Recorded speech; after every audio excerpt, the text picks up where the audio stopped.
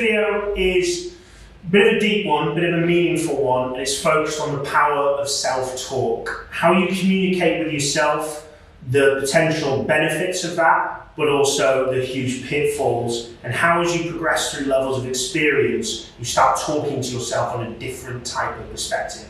The first call being X, and that conversation, so you're now being equals and you're being confident every time, identifying where you're putting yourself out of your comfort zone, and therefore able to look at what levels of training and development do I need because my self-talk is giving me down. The power of self-talk. How you communicate with yourself is incredibly important. You talk to yourself, we talk to ourselves more than we talk to anyone else. I'm thinking about what I'm saying now, I'm thinking about the reactions in the room, I'm talking to myself, I'm thinking, how's Callum taking this conversation? Cosmos is nodding at me, Halima's writing something down. I'm starting to think, okay? If you think about that power of self-talk before you jump on the phone, when you first started, Jesus Christ, I hope this fucking guy does not answer this call.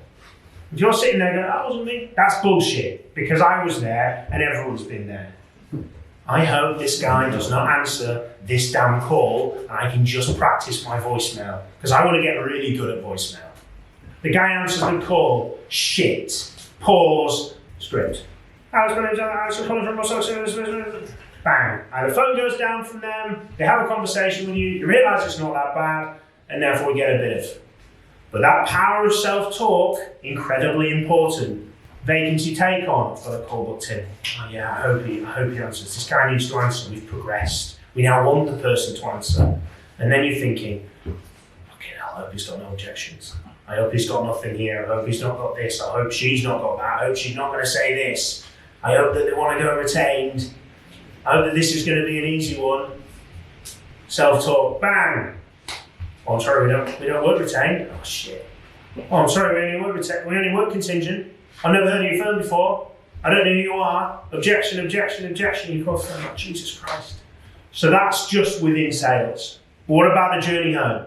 What about the journey to work? What conversation are you having with yourself? What discussion are you having internally in order to drive you in the right direction? So that conversation internally is possibly one of the most important elements of what you do, because that's going to prepare you before you sit on that call, is that conversation on the way in. If you're conversating, oh Jesus Christ, I've got to make these calls, I've got to do this, I've got to do that, I've got to do this. Oh yeah, I've got to do it. Even the tonality, it's not so much the words, I've got to do this, I've got to do that, I've got to do this, I'm going to get that done, I've got to do this, I've got to do that, bloody hell, I've got right, no, bloody hell, I've got to interview this candidate today and I don't even know what I'm going to do with them. So thinking about the internal dialogue that you have for the person that you want to be. Yes? But what about even showing gratitude first thing in the morning? Yeah. Can help with that internal dialogue, so you wake up, what are you grateful for, where I am today? Because what you have today is something you would have wanted maybe last year or the previous years. 110%. That gratitude, that conversation, again, it's exactly the same. Gratitude is just that internal dialogue. If it's more positive than it is negative, if you get told tomorrow that someone you love is going to die within the next 2 weeks, you're not going to go sit around them and have a moan about what you're doing with the fact that you can't lose weight, the fact that you can't do this, you're going to cherish the time you have with them. So if someone tells you that by the end of this year, you can be promoted and you can succeed, you're not going to sit there and be a negative fuck and not do what you need to do. Sometimes we need to put things into perspective, change the lens that we're looking through and look at what the opportunity is.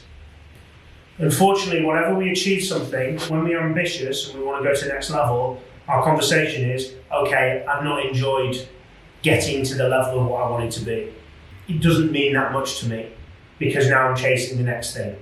Oh, I've got to 120, right now I want to be 150. I've done 250, now I want to be at 300. Oh, I've done 400, I want to be at 500. You never actually enjoy the moment of what you actually set out to do and thinking, Jesus Christ. Most recruiters in Leeds do 60 to 80,000 a year, and that's guys I know that are very experienced. But in this business, in the first 12 months, you're well positioned to do 120k based on track record of previous hires. So you're already going to be thinking about where the table was that removed that would now be useful, above average. Okay? But that inner dialogue and conversation and gratitude that you give to yourself, actually, do you know what, that was a good day, I gave it all today. Might not have come off, I might not have got X, I might not have got Y, I might not have got that retainer, I might not have got that vacancy on, but I gave it all. And I applaud myself for that. Who was it, Snoop Dogg, that stood up in front of, I can't remember what it was, and he just stood at the front and he goes, well, first of all, I want to thank myself. And everybody laughed. And he looked like a twat. And then you thought, do you know what? It is him that's got to where he's going to be. He doesn't get to be a really highly successful rapper just by smoking weed and speaking in a way that is fairly amusing with regards to the words that come out of his mouth and how he communicates. He's got that by bloody working hard. But the internal conversation, the internal self-talk, instead of I hope this person doesn't answer the call, is probably a good indication that your skill level isn't where you want it to be. I hope this person doesn't give me an objection. Imagine going into that conversation thinking, bloody, I hope they give me an objection. I hope they don't just sign my retainer because I want to have a go. The greatest boxing matches we've ever, or anyone who watches boxing, that ever gets watched are the ones where, either could lose. Oh, do you know what? Vulnerable. Why is it Anthony Joshua one of the most prime boxers in the world? Because he's vulnerable. Because he might lose, and he goes down, and Klitschko knocked him down, and then he came back. Nobody wants somebody that can just win every fight. Canelo's loss is going to do more for his career. For those who don't know, Canelo's one of, he's lost now twice, but do more for his career than it won't. No one can be a Floyd Mayweather and have that kind of level. There's only one Floyd Mayweather at the moment that's completely unbeaten, who's done the amount of boxing fights that he's done and got to where he's got to be. That vulnerability and that thought process of will he lose is better than, I'm always in my comfort zone, I'm always in my space, I always know what I'm doing. But you've got to think, if that self-talk is X, how do you turn it into what you want to do to serve you? And if that self-talk is telling you that you're concerned, probably that your skill set isn't there. It's probably that your confidence isn't there. It's levels that you need to think about.